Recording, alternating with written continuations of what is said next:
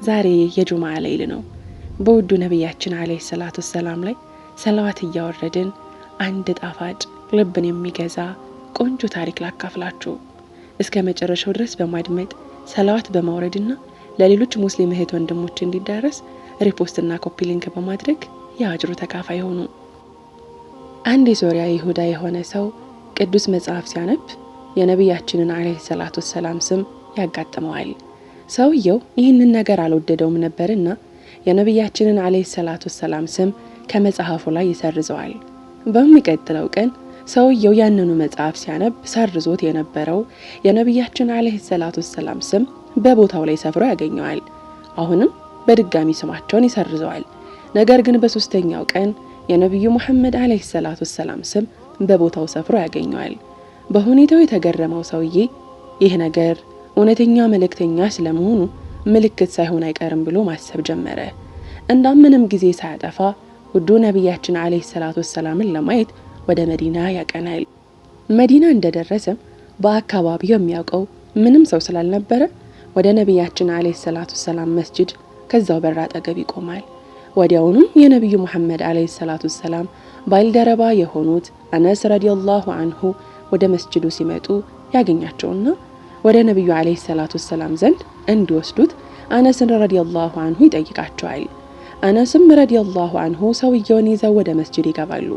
ሁሉም በከፍተኛ ሐዘን ተውጠዋል። በስብሰባው ዋና ወንበር ላይ የነብዩ መሐመድ አለይሂ ሰላቱ ሰላም ቦታ የተረከቡት ደግሞ ታላቁ ሱሐባ አቡበክር አስሲዲቅ ረዲየላሁ ዐንሁ ተቀምጠዋል።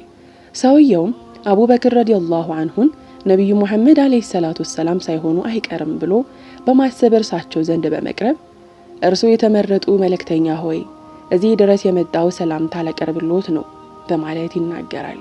በዚህ ጊዜ መስጂድ ውስጥ የነበሩ ሰዎች ሁሉ ማልቀስ ይጀምራሉ። በዚህ ጊዜ ሰውየው ግራ በመጋባት ከሌላ ሀገር የመጣው እንግዳ ይሁዲ ነኝ፣ ለአላህ መገዛት እንዴት እንደሆነ አላውቅም፣ ምናልባት የማይገባ ነገር ተናግሬ ይሆን ዝም ማለት ነበረብኝ? ደግሞ ለምንድን ነው የምታለቅሱት?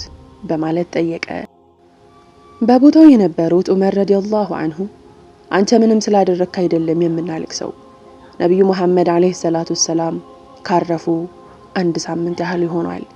ስማቸውን ጠቅሰ ስትናገር ስንሰማ ልባችን እንዳዲስ በሐዘን ሞልቶ ነው ያለቀስነው አሉት። ሰውየውም ይህንን እንደሰማ በሐዘን ስሜት ልቡን ቀደደ። እንደምንም ስሜቱን ከተቆጣጠረ በኋላ አንድ ነገር እንድታደርጉልኝ ይፈልጋለሁ፣ የሚቻል ከሆነ ካባቸውን ስጡኝ፣ እርሳቸውን ማየት ባልችል እንኳ ቢያንስ ካባቸውን ልውሰድ በማለት ተማጸናቸው። ዑመር ረዲየላሁ ዐንሁም ይህንን ልትሰጥ የምትችለው ፋጢማ ረዲየላሁ ዐንሃ መሆኗን ገለጹ። አልይ ረዲየላሁ ዐንሁ በበኩላቸው በአሁኑ ወቅት ፋጢማ ረዲየላሁ ዐንሃ ማንንም ማናገር እንደማትፈልግ ተናገሩ።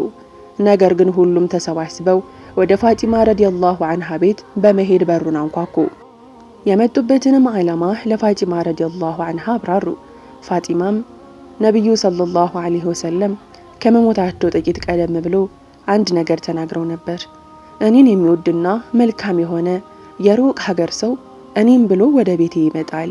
ነገር ግን ይህ ሰው እኔን አያገኘኝም፣ ከእኔ የተበረከተ ስጦታ መሆኑን በመግለጽ ይህንን በተለያዩ ቀለማት ባሏቸው ጨርቆች ተሰፍቶ የተሰራውን የኔን ጥምጣም ስጡት፣ በእኔ ስምም ጥሩ መስተንግዶ አድርጉለት በማለት ተናግረው ነበር ስትል ፋጢማ ረዲየላሁ ዐንሃ ተናገረች። ከዚያም ይህ ይሁዲ የነብዩ መሐመድን አለይሂ ሰላቱ ሰላም ጥምጣም ከተቀበለ በኋላ አንገቱ ላይ አደረገው። እስልምና መቀበሉንም ይፋ ካደረገ በኋላ የነብዩን አለይሂ ሰላቱ ሰላም የቀብር ቦታ እንዲያሳዩት ጠየቀ። የመጨረሻ እስትንፋሱም በዚህ ላይ ሆነ። ፊዳከ አቢ ኡሚ ያ ረሱላላህ አላሁመ ሰሊ ወሰሊም ወባሪክ ዐላ ሰይዲና ሙሐመድ